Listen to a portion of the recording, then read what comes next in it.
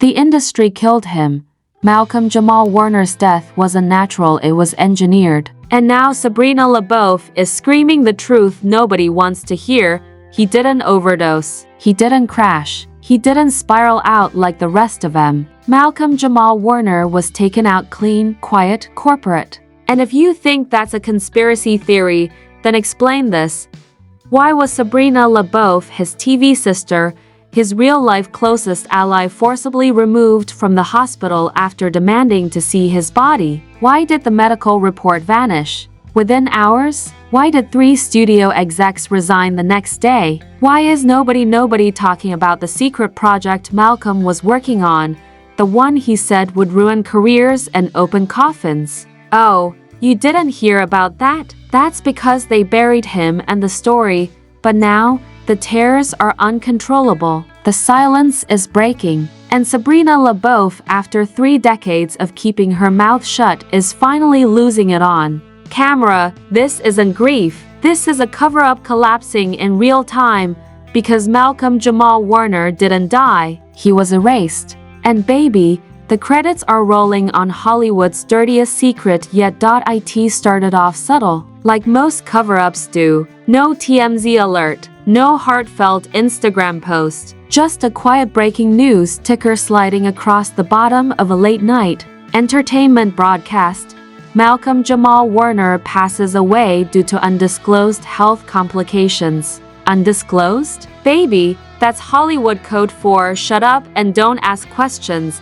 Now let's rewind. Because Malcolm wasn't just some washed-up sitcom relic trying to stay relevant. He was the survivor. He made it out of the Cosby curse. He stayed scandal-free. He dipped in and out of music, dabbled in spoken word, directed a few quiet projects, and stayed low-key until he suddenly wasn't. Until he started talking. Last year, Malcolm had been working on a documentary. Not just any documentary, a full-blown expose on the dark underbelly of 80s Black Hollywood. Child stars who vanished, contracts that mysteriously changed overnight, producers who had too much power and zero conscience. And guess what? He wasn't working alone. Sources close to Malcolm say Sabrina Le Beauf, sweet, elegant, Ivy-educated. Sabrina was finally ready to tell everything. She kept journals. She kept letters. She kept recordings. While the world thought she was gardening in Hawaii, Sis was stockpiling evidence. And that's when the phone calls started.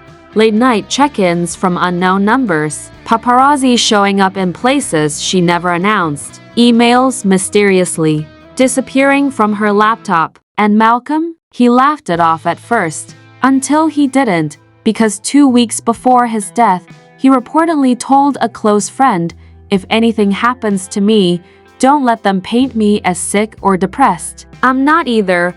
Well, guess what they painted him as? Sick, depressed, and conveniently dead. Let's talk about the day it all went down. Malcolm was rushed to a private facility in Burbank, not a hospital, but a studio-owned clinic. Why a clinic? Because that's where they take the stars they don't want the public seeing. Witnesses say he walked in under his own power. No stretcher, no panic, just confusion, and then silence. No statement from his reps, no confirmation from his family, just an eerie blackout. Hours passed, and then came the official announcement. Complications related to an undisclosed condition. Again with the undisclosed. That word is doing more heavy lifting than Malcolm's entire PR team ever did. But here's where it spirals. Sabrina showed up at the clinic. Not a rumor, not speculation. Surveillance footage confirms it. She walked in calm, left screaming and shaking, holding what looked like a medical chart. Security dragged her out. Cameras cut. Records sealed. She vanished for 2 days. When she came back, baby, she was unrecognizable. Sunglasses, no makeup, hands trembling. Her first words in the interview, "He told me they do this. He told me to run."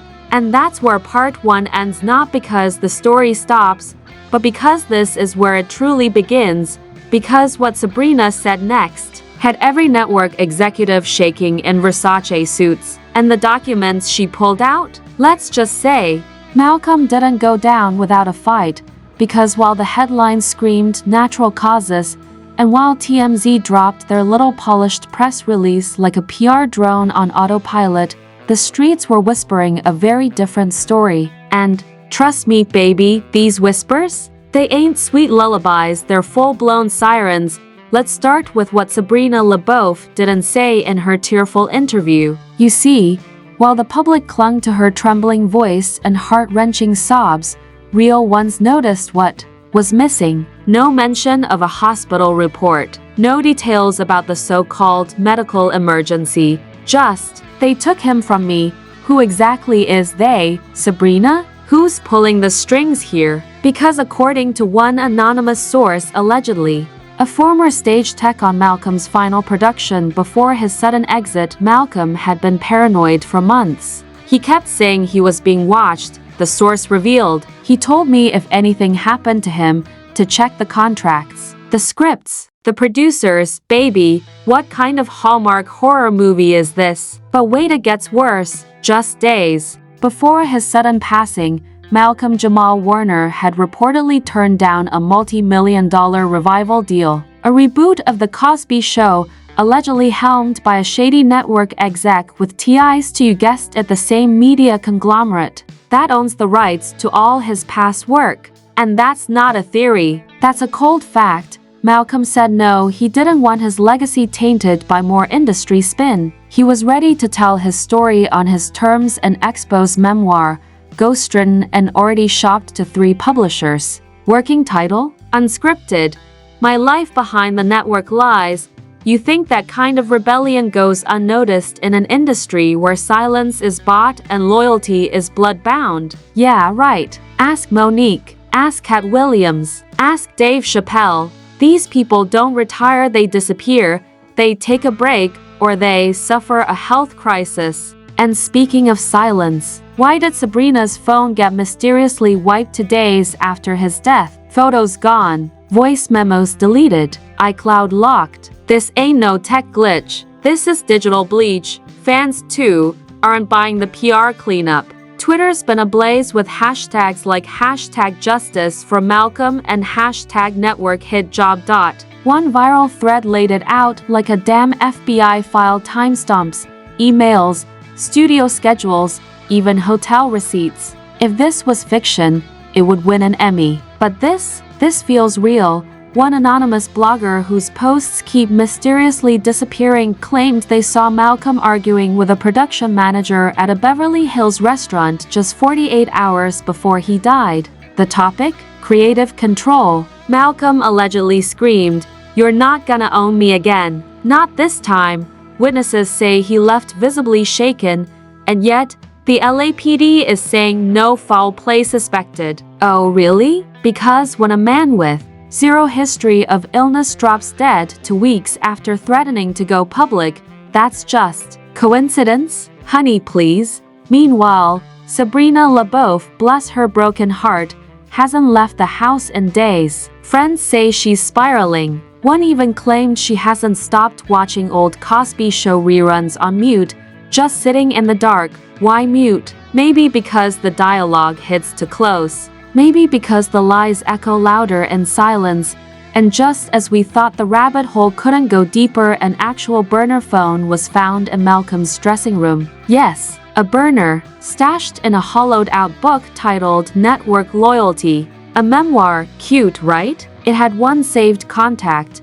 Do not trust her, no number. Just a warning. And now, the big question remains: who was her? Was it Sabrina? A studio exec? A lawyer? A publicist? Because whoever she was, Malcolm was scared of her. Real scared, and scared men don't die peacefully. They die silenced, and just when you thought it couldn't get any messier, oh baby, it did. Because the rabbit hole goes even deeper than anyone was prepared to handle. We're talking Enda-stamped hard drives, therapy sessions mysteriously leaked, and a quiet little settlement that suddenly vanished from Malcolm's estate files. Yeah, you heard that right. The very same estate that Sabrina Le Beauf was blocked from accessing after his death, despite being listed as his emergency contact and power of attorney in 2019.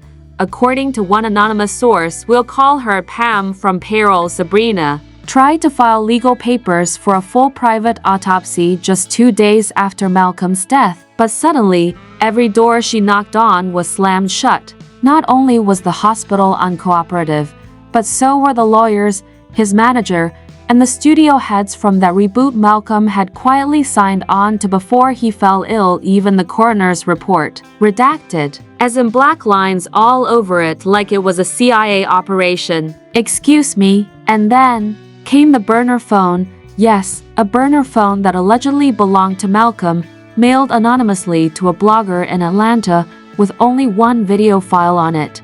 A grainy, 4-minute clip of Malcolm sitting in a dimly lit hotel room, talking to the camera, with his face pale, voice shaky, and eyes darting side to side like he knew someone was watching. In that video, never publicly released but reportedly verified by metadata, he said, "If anything happens to me, don't believe the official story. They want to keep the show clean. They want the brand protected, but they've got dirt, and I was going to talk, y'all. Let me catch my breath because WHAD." That clip sent shockwaves through the black entertainment blogosphere. The industry scrambled to discredit it. Sabrina went silent again for weeks. No Instagram, no statements, not even a thank you at Malcolm's memorial. People started speculating she'd either gone underground or been warned.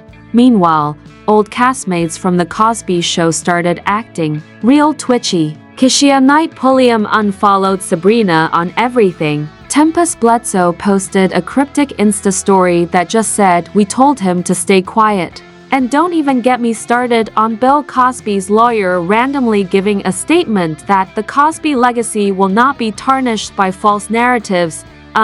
Sir, who asked you? All of a sudden, a legacy was at stake. Not just Malcolm's, but the entire brand. And that's when it hit us. This wasn't just about one actor's mysterious death. This was about keeping the image of an empire squeaky clean, no matter the cost. By this point, the public was in full conspiracy mode. Reddit threads were popping like popcorn. TikTok detectives were going full CSI, breaking down the audio from that burner phone video, claiming you could hear a second person breathing in the background. Some even suggested Malcolm wasn't dead, that he'd been hidden away, Epstein style, until the storm blew over, but Sabrina wasn't buying it. She finally re-emerged on a live stream, looking gaunt, eyes sunken, holding Malcolm's favorite photo of them from a 1991 Essence shoot. And she said just one sentence: "They took him, and I wasn't strong enough to stop them."